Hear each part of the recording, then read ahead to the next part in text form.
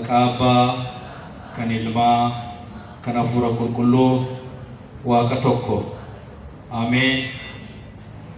Kabajamoo Abbaa keenya Qomoos Malaaka Birhaan Abbaa Maarqos bulchaa bataskaana kanaa,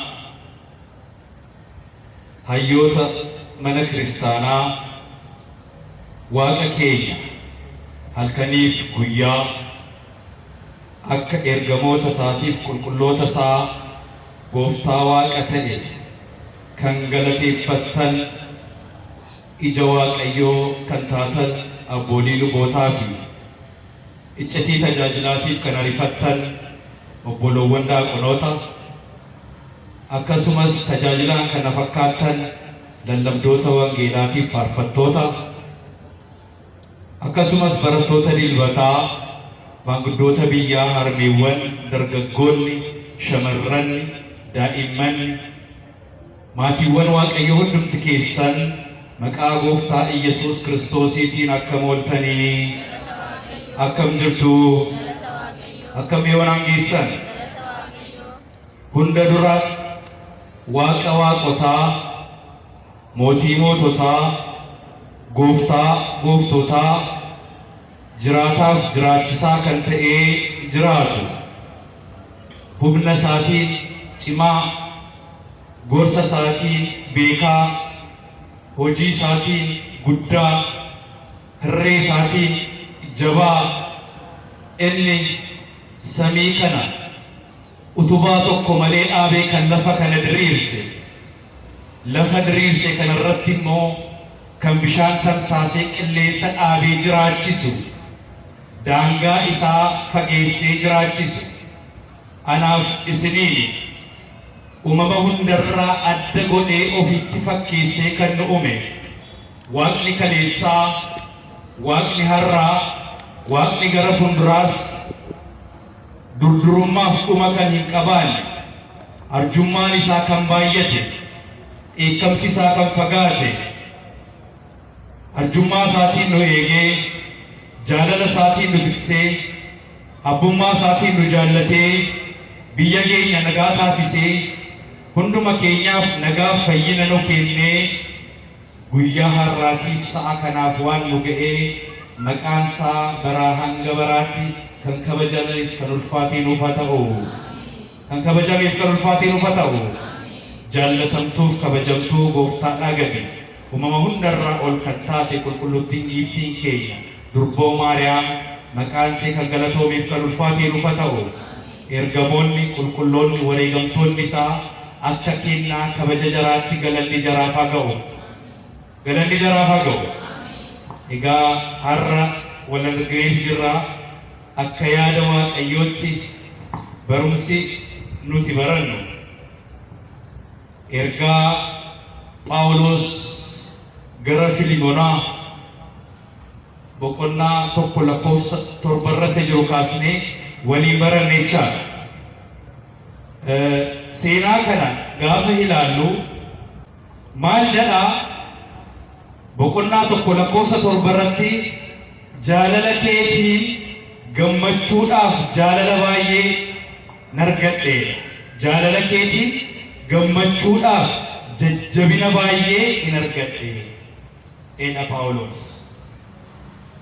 Hundumti keessa jedhame sagalee kana jaalala keetiin gammachuudhaaf jajjabina baay'ee argadhe. Baay'ee namatti tola. በፍቅርህ ይቻል ብዙ ደስታንና መጽናናትን አግኝቻለሁ ሄዳ ማሪፋን ጃለለኬቲ ገመቹና ጀጀቢና ባየን እርገጤ ኤሌ ጳውሎስ ማሊፍ አከነ ጀዴ ዮማ አከነ ጀዴ ማሊፍ ሞ አከነ ጀዴ የሮ ሰገሌ ከነ ባሴ በሬሱ ሰና እንዲ በከጋሪ ቱሬ እኔ ዮጋፈነ bakka gaariin ture mana isaa keessa ture. Jaalala argateera hin arganne, jajjabina argateera hin arganne, cimina argateera hin arganne, gammachuu argateera hin arganne. Garuu haraara buusuudhaaf galanni waaqaaf akka haraara buusuudhaaf akka namni walitti dhufee wal jaallatudha. Haraarri bu'ee addunyaan kun nageenyaan ummanni bee akka galuudhaaf sagalee kana Filimonaadhaaf barreesse. Phaawulos ergaa 14 barreesse macaafa qulqulluu keenya keessaa. Ergaa 14 isa barreesse keessaa isa kaan biyyaaf barreesse. Qorontosiidhaaf, Roomiidhaaf, Tasalonqeedhaaf icha barreesse. Ergaa 4 garuu ergaa isa Xiimotewos tokkoffaa, ergaa Xiimotewos isa lammaffaa, ergaa Tiitoodhaa fi ergaa Filimonaa kana namaaf barreesse. Nama tokkoof barreesse. Maaliif namaaf barreesse yoo jenne namatti hundaa'ee addunyaa kana ummata kana barsiisuu barbaadeeti. Ergaa Filimonaa kana keessatti immoo lakkoofsa 7 gaafa dhufne ilaallu mata duree barumsa keenya isa goone kana ilaalla. Jaalala keetii gammachuudhaaf jajjabina guddaa hin argadhe kanadha mata duree barumsa keenya. Egaa maaliif Phaawulos akkana jedhe mana hidhaa keessa taa'e? Filimonaan dhufee mana hidhaa keessatti gaafateera. Innee yoo gaafanne dhufee hin gaafanne. Galaa fideeraa beeyne hin finne. Filimonaan ee'uudha. Maaliif waan akkanaa ergaa kana barreessee fi ergaa duwwaa utuu hin ta'in Phaawulos kan barreesse xalayaadha. Xalayaa ta'ee macaafa qulqulluu keenya keessatti taa'e. Maaliif akka nu barannuudha? Xalayaa barreessee Filimonaadha.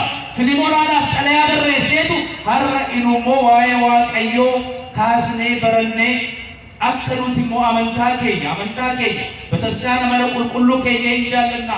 Amantaan keenya maalirra jira? Inuu akkami Waaqayyootti kannee jirramoo humna keenyaan, qarshii keenyaan, maatii keenyaan habdannee jirramoo jireenyi keenya hundumtuu Waaqayyootti hundaa'ee jira waan jedhu akka ilaalluudhaaf har'a barumsa kan akka barannu Waaqayyoo kan fedhiinsaa nuu ta'e. Baay'ee nama dhiba maatii Waaqayyoo. Phaawulos waan kana barreesse seeraan saadanoodha.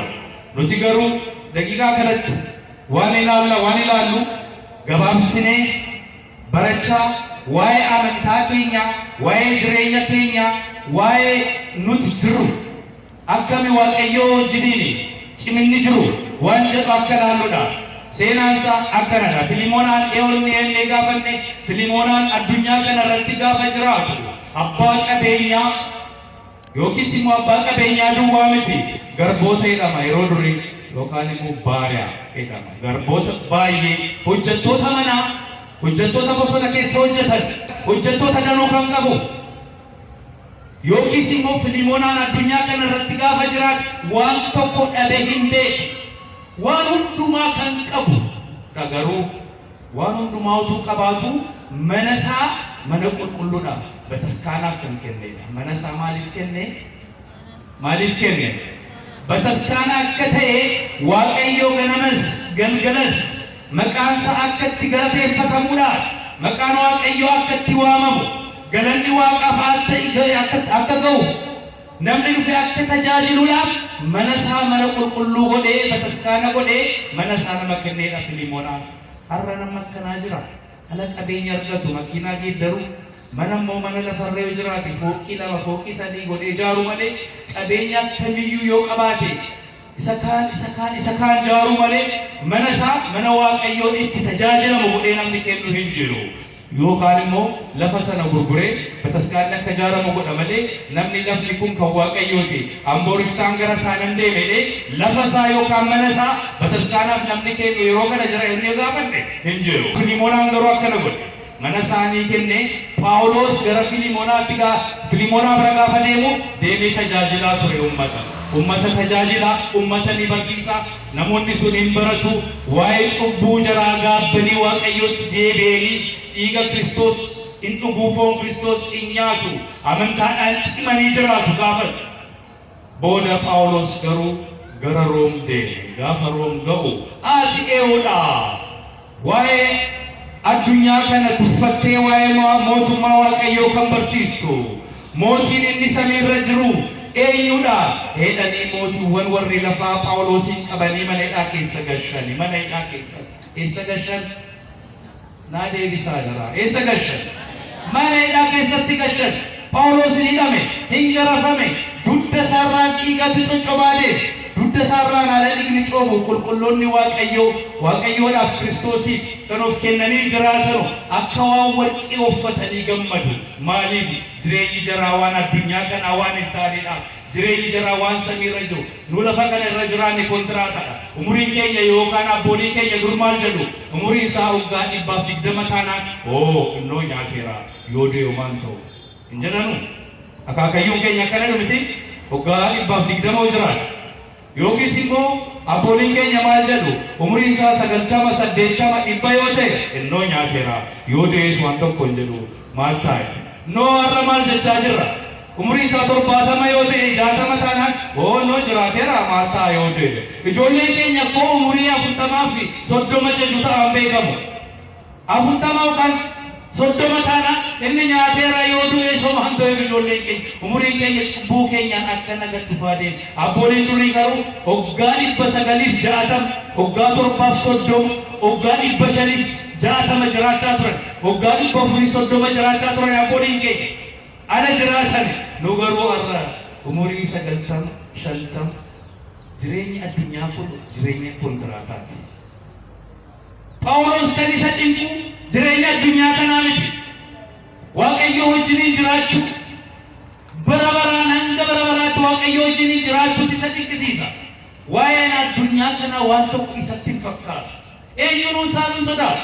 Mootii akkamii yoo jiraate mootiin maal fakkaatu yoo lafa kanarra jiraate innis kanaan dura ala jiraatu ummata kana akka barbaade kan godhu abboolii lubootaaf daaqonootaaf walii gadi raakessee akka barbaade garafee dhiiga jaraa dhangalaasee kan jiru ture. Kiristoos garuu karaa Damaasqoo irratti sagalee isaa dhageessisee ati eenyudha? Maaliif akkana goota? Saa'ol gooftaa Yesuus Kiristoos jedhee sagalee isaa dhageessisee ofitti waamee kan isaa godhe Kiristoos. Nageenyi Phaawulos isa booddee deebi'e galanni Waaqaaf haa ta'u. Arras Waaqayyo akkanatti nu waame ta'a nuti. Sagalee isaa dhageessisee yoo nu waamnellee maqaa keenya waamee akka Phaawulos yoo nu waamnellee tokkoon keenya Waaqayyo nu waameera. Nu jaallatee nu waame. Kana baruu qaba.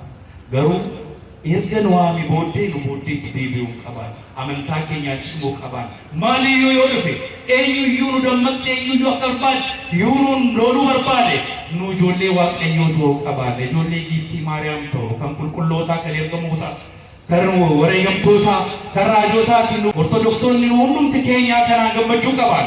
Booddee Filimoonaan waa'ee yaada isa duraa kootitti hin deebi'a. Filimoonaan mana isaa Waaqayyoof erga kenne booddee namoonni gaafatti achitti tajaajilan mana isaa keessatti akka garbaa ta'ee akka hojjetaa manaa kan ta'ee jiraatu Anaasimoos kan jedhamu nama tokko jiraatu. Anaasimoos jedhama maqaan isaa. Eeyyadama. Tajaajila Phaawulos hojjetaa manaati yookaan immoo akka waamicha duraatti garbadha. Garbi amma hin sodaannu hin dubbanna. Garba jechuun gabaas hin ba'a, hin gurgurama, hin bitama. Namni finyoon akka olaatti kaa'amee gabaa ba'a. Ilaalanii akka olaa bitan duuba isaa fuuldura isaa qaama isaa dheerina isaa gabaaba isaa ilaalanii waliin hojjetamoo humna qaba hin qabu jedhanii bitatanii manatti galfatanii hojjechiisu. Yeroo durii akkana Anaasimoos jedhamu inni macaafa kana keessatti barreeffamee jiru hojjetaa mana Filimoonaa ture. Mana sana keessa haala jiraatu bataskaana sin tajaajila, Filimoonaa sin tajaajila, hojii mana keessaa sin hojjetaa ture. Hojjechaa utuu jiru gaaf tokko garuu waan tokko balleesse baay'ee nama dhibe. Ergaa Filimoonaa kana gaafa dubbistan yoom barumsa kana har'a fide yoom fixuu dhabaan illee har'a mana galaati. Ergaa Phaawulos isa kan Filimoonaa galaati dubbisa adaraan siniin jedha adara. Bataskaana irraa furu dhaabbadhee sinitti hima adaraan siniin jedha. Galaati ergaa Filimoonaa kan dubbisa. Anaasimoos illee jedhamu mana sana keessatti bitame waan tokko irratti hin ranne hin nyaata hin dhuga. Garuu hojii sin hojjeta garba ta'etu jiraatu qodaa Filimoonaa sana qarshii Filimoonaa sana qabeenya Filimoonaa sana hatee badee gaaf tokko hatee badee gaafa deemu kana ta'e Qolaasiis biyya Qolaasiis jedhamtura. Qolaasiis irra hatee gara Roomiitti deeme. Room gaafa ga'u Room ga'ee gaafa awlii gadi naannee akka barbaade waa'ee foolsaa yaade mana dhugaatii deemee akka barbaade nyaatee akka barbaade dhugee akka mucaa isa badee wangeelarra jiru abbaa isaa bira deemee ana nagaa asii wajjiniin jiraachuu hin barbaadu kana booddee an mucaa kees yoon ta'es yoon ta'uu dhabaadhes waan qabdu gara koo naa hiriiti nan deemee akka gaafate abbaan isaa hireefi erga deeme booddee qarshii sana fitee mana abbaa isaatti ala deebi'u abbaan isaa gammachuudhaan akka fudhate sana Anaasimoos qarshii sana ni fixee bakka deemu gaafa dire sagalee Phaawulos mana keessa taa'ee isa barsiisuu irra dhaga'e sagalee kana beeka dur qolaasiis dhufee ala barsiisu waa'ee Waaqayyoo aleen namoonni waa'ee cubbuu isaanii gaabbanii akka deebi'an gaafa godhe namoonni hundumtuu kan addunyaa kanarra jiran foon Kiristoos akka nyaatan dhiiga Kiristoos akka dhugan kan barsiisuudha waa'ee lafaa waa'ee addunyaa kan barsiisu miti waa'ee mootii Waaqayyoo kan barsiisuudha kun jaalataa Waaqayyooti isa bara nan deebi'ee Anaasimoos erga qarshii isaa fite booddee Phaawulos bira deebi'e sagalicha wajjin jirtu iftiin maaramii isin wajjin haa ta'u hordofaa jirtu ergamaan Waaqayyoo isin wajjin haa bu'u dhagaartu kadhaa keessan Waaqayyoo dhaga'u hubadhaa yaa maatii Waaqayyoo Anaasimoos sagalee Phaawulos dhaga'e booddee Phaawulos bira deeme yaa Phaawulos ati dhuftee qolaasiisitti ala barsiistu dhaga'eera ati nama Waaqayyooti waa'ee dhugaa duwwaa dubbatta namoonni hundumtuu waa'ee addunyaa kanaa tuffatanii Waaqayyootti deebi'anii akka jiraatan wangeela barsiista waa'ee ortodoksii barsiista waa'ee amantaa barsiista namni addunyaa kana tuffatee akka jiraatan kan gootudha ati duuka bu'aa Kiristoosi barataa Kiristoosi ani immoo Filimoonaan na bitee mana isaatti erga nagalchi booddee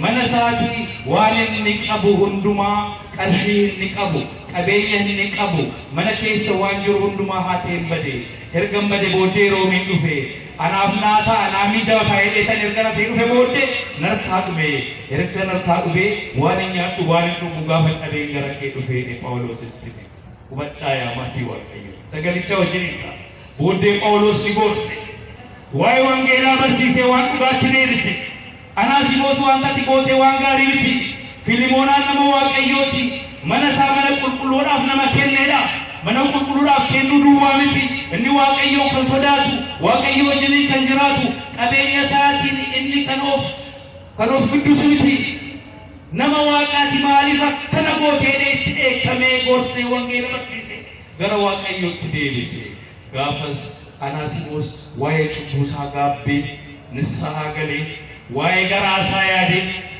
waa'ee garaasaa keessa yaadu hundumaa dhiisee Waaqayyoon fudhatee waan Waaqayyoon itti miidhagee Phaawulos wajjin jiraachuu jalqabe garuu immoo Anaasimoos alas haatee baduusaatti akka seera Roomiitti akka seera ala sanaatti namni tokko waan tokko haatee yoo badee argamee qabame hin ajjeesama Filimoonaan barbaadaa jira Anaasimoos qabamnaan hin ajjeesama waa'een kun immoo Phaawulos ni cinqisiisa Anaasimoos yoo argame Anaasimoos yoo qabame hin ajjeesama waan ajjeesamuudhaaf Phaawulos hin cinqame tokkoffaa lammaffaa Filimoonaan barbaadaa jira maaliif qarshii daruudhaan bitee qarshii daruudhaan waan biteedhaaf seenaa kana naa qabaadara qarshii daruudhaan waan biteedhaaf barbaadaa jira barbaadaa waan jiruudhaaf yoo argellee booddee wattaaddaroota Roomiitti himee hin ajjeesisa akka hin duuneedhaaf immoo Phaawulos cinqamaa jira kanaaf maal godhee Phaawulos Filimoonatti xalayaa barreessuu barbaade maal jedhee barreessuu barbaade jarri lamman yaadni kun ergaan Filimoonaa kun masaranni isaa waannaan yaadni isaa maal inni gaafanne Filimoonaaf Anaasimoosiif araarsuu Filimoonaaf Anaasimoosiif obbolaa ta'anii akka jiraatan Filimoonaaf Anaasimoosiif akka garbaaf abbaa qabeenyaa utuu hin ta'in abbaaf ilma ta'anii akka jiraatan gochuu yaadni isaa kana akkana ta'anii akka jiraatan waan barbaadeedhaaf xalayaa kana barreesse ergaa kana barreesse Phaawulos akkana dhee barreesse gaa yeroo duraa ani hidhaan gooftaa Iyesuus Kiristoos kan hin ta'e Phaawulos hidhee jalqabe gaafa barreesse isa jalqabaa irratti lakkoofsa 1 irratti gaafa barreesse hidhaa Kiristoos kan hin ta'e Phaawulos obboleessi isaas Xiimotewos kan jaallatamaa taate Filimoonaadhaaf obboleettii keenya Afbiyaa نوجني كروجتشا تريمو أركبا منكي كيسا كنجرتو منقول كلو بتسكارا إيه لقوم ستوقف دجال كبي هنا كريستوس إلى باولوس هنا كريستوس نموا أنا ما فكنا بيا ما كقولي كيروان وركا ملاك سلام ملاك جنة ملاك سهاي لكتبت لا أتوانجي ولين جنة بتسكارا كيسا باولوس كرو كريستوسي سكالي سكال دعيه أما سني سدفات كمبه سيناسا أما سني سدفات به فارفنو إرجموتو واقعيو كان دعيه كبيرة باولوس في أنا ثلاثة ركوبسودا من فايس دوا تنكاسو باولوس أن كريستوسي كديه ته أن دكوا كريستوس كرينته بركة كريستوس كرينته لا كرينته نسيب الرئيسون جنة هذا كريستوس كرينته أوف كبوسي هذا كريستوس كرينته أن باولوس ناو جري كرينته مي تيموثيوس إلى بودي مو بريتي كي أفبياي هذا منا فيليمونا أناسيموسي كف أراسو إشين بوليسي مو هذا منا سوان ناتيرا أفبياي هذا منا فيليمونا وان تاتيرا إسيني سيمو دبيتشابي بودي أكا كفو إنتانيرا إشين آفيس نجيني آمي بودي أركيباي لمبو بوچا فيليمونا كي إنيس بودي كفو أكندانيرا مكاسا كاسي نجيني سافتاني بودي بتسكانا منكي كيسا أركم تنافي إنو على الغولر كينو وكان علم كي وكان أتكي أبان كي بيجا فقوتي وكان بيجا حلال أنفن أكم نجالا خيالا أبان كي نجالا وبريسي كيو أتو بريتين كي أكاكيو كي أدادان كي وسيلة كي أكم نجور غابن كي بتسكاني دوسا ناو نجالا تجاجيلا كمتيك جنگا كيسا ماجر تجاجيلا بولينو بولندو نجالا إلين غابن واي بتسكانا غابن باولوس كرو بتسكانا بندير إنا يهين هدامي بايي نمدي بتسكانا كل منا كي جتورا أكا مشيني لسافي باولوس يرجع خنا يده بودي كنا بريسه باولوس فيلم نتنا تكين أناسيموس تليا كنا فوتاتيله غافة دين فيلمونا نارجينا نجيسيس وانا جيسيس ونافي وجتا إريا ساكن ده كنا أندرا إسا وجني وجتشا بريبي إسا تكين كنا فيلمونا تنا كنا نرايله تكين فيلمونا ديمي إجتان الليسون ديمي فيلمونا تكين فيلمونا ندبسه أما لكوف سدقدمي لمارة تجرا سيناكون لكوف ستوكو كاسي أما دقدمي لمارة تجرا إنه ما تقول برمسا كينيا كان بوليغاو لكوف ستوكو برا كنجر تدوا كاسي جالنا كيكي غمچونا ججبنا بايه هنركت وانجل تو ما تقول برمسا كينيا كان الرقا فغوب فيلمونا نتابت يوم إسان ديمي غافتي من هيداته غافتو كل وانياتو وانتو بوريجيسلي أكمل تكنا جتودنده هيدي أوف غافتشا بودي مال جلي باولوس أنا دلومانو كو إلاليتي هاري كو إلاليتي يولي بني سي نرتي لكاي يوكان إدان اللي يو الرجراتي وانتي نهاتي أشي دلون الرجراتي آنسي في كفلا من هيداته سيريا جراجا كنه سي في كفلا أدرا إيفا مغود إيفي أرارا بوساتي وجني جرادا هيدي غورسي بايينا مدينة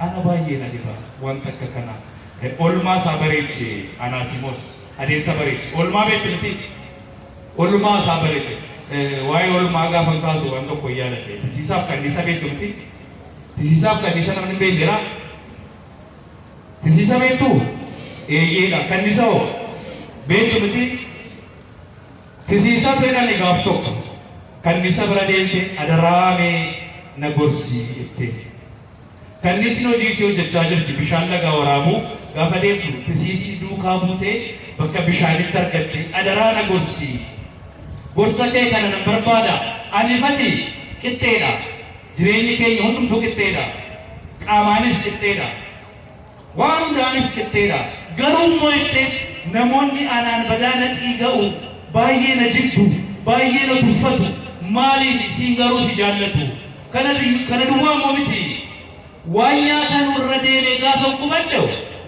wanya tanu sana bakka kubadde sana kutani sareen dakkenyalle godani fageessani gatu ati modem de gafu kubadde wanya tanu sanar irra qasadani akka dure godani irra ofani bakka kubadde sana qabsatani nyaatu kana duwasi momiti waan dhuganu keessa gafan garre this is waan dhuganu sana fageessanii dhangalaasu duwwaa miti barakiinaa kanaan laargoo kanaan qodaa sadanii maal godhanii deebisanii gara biraa buufatanii dhaadhiis haa ta'u farsoos haa ta'u bishaanis haa ta'u maaliis haa ta'u buufatanii dhugu. Yoo ati immoo waan dhugamu sana keessa lallaafaas haa ta'u dhaadhiis haa ta'u farsoos haa ta'u deemtee yoo galte qasseedhanii akka duunee godhanii irraa si afuufanii ergasii baasanii booddee isa afee sana ofii abbuuqqatanii dhugu. Maaliifi namoonni si jaallatu naan garuu na jibbu sababni isaa maali akka kee namoonni akkana jaallatan waan hin barbaaduudhaaf na gorsi adaraa jettee eenyuun gaafadhe kanniisaan gaafadhe kanniisni gaafa kanaa nama dhaga'uuf sagaleen tokko gaa'aadha jedha macaafa ለሰሚ አንድ ቃል በቂ ነው እና ማልጀቲኒ ከነሲ ጋፈከና ኦልማንኬ ኤሰዳ እቴ ጋፈቴ ኦልማንተ ሲሳይሰ ኮሲራ በከጭንጫ በከገዴሮ ትብዲ ከነሲኖ ማልጎት ጋቡራ ኬሳ ማሎት ደመደሜስ ትብዲ ኦካም በከ ፖሊስ አበረይ አባቦራውት ቢሻን ቁልቁሉ ደንተ ወራበቲ በከጋሪውት ከናፍጃለነልሽ ከኒሳ ሞማሊፍ ጅብና ኦልማንሼ በከገዴ በከቲራ በከ ፖሊሳ ኢምበሬን ሊወልቲ ኑቲስ ዋቀዮ ዳፈከ ከናና በከ በሩምሳ ኬኛ ከናንገል ኦልማን ኬኛ በከጋሪ ታናን ዋቀዮ ልጃለታ ኦልማን ኬኛ በከባዴ ዮቴ ታናን ዋቀዮ ልጅ ፖሊ ኬኛ ለሪጅባ ዋሩንዱማ ኬኛ ጅባ kana duwwaa ittiin ta'ee deebiste nutis olmaa keenya bareechuu qabaanna jechuudha. Anaasimoos olmaa isaa bareeche duraan balleessee ture duraan akka tisiisaa ta'ee ture amma garuu duraan akka tisiisaa akka kanniisaa ta'ee deebe hin deebisee Phaawulos erga deebisee booddee ergaa sana ni dubbise Filiipoona gaafa dubbisee booddee hin dubbisee hin gaabbe namicha kan erajjeesisu wanti inni hojjete wanjalli inni hojjete guddaa ture. garuu waliin jaallachuu jalqabanii galanni waaqaaf haa ga'u waaqayyoon galateeffadhaa hundumti keessa waliin jiraachuu jalqabanii amma yeroo kana haraara kan buusu eewoodha. Abboolii biyyaas yoo ta'an nuti waan tokko kaasnee yoo himne keenya fuudhanii isa tokkotti immoo inni dhageessuun isa tokkotti dabarsu inni dhageessuun immoo isa kaanitti dabarsu yoo ta'e malee haraara kan buusu eewoodha. Ilaalaa jira yeroo kana addunyaa kanarra waan jiru ilaalaa jira. Yoollee dhufee nutti mate akkamitti du'uu qabaateenne waan du'eenya isaa waan barbaannu malee nama kana gorsine wangeela barsiisne badinaatti balleessine guddaa dheenne balleessaa sana dhossine waaqayyootti deebisnaa yaa maatii waaqayyo wanti guddaan isadha. Kan abbaan keenya abbaa Hayila Mikaa'el jedhamu lafa addunyaa kanarra hin jiran al tokko maallaan jedhan yaala na gorsanu yaa ilmoo koo jedhani amantaan ortodoksii kun jechuun tulluu jara kan burqitu bishaan qulqulluudha naan jedhan tulluu jala kan burqitu bishaan qulqulluudha garuu moo jedhani bishaan qulqulluu sana tulluu jala ala burqitu deemanii bosona keessa kan jiran bineensonni yoo ta'an namoonni yoo ta'an deemanii akka hin dhugneedhaaf qeeransi leenci bitaadhaaf mirgaan ta'anii jiru. Bosonni caakkaa deemee ala dhugu qeeransiif leenci sun deemanii jara qabatanii dhiiga jaraa dhugu. bishaan isee qulqulluu tulluu jalaa burqisan akka hin dhugne godhu ortodoksii jechuun kanadha.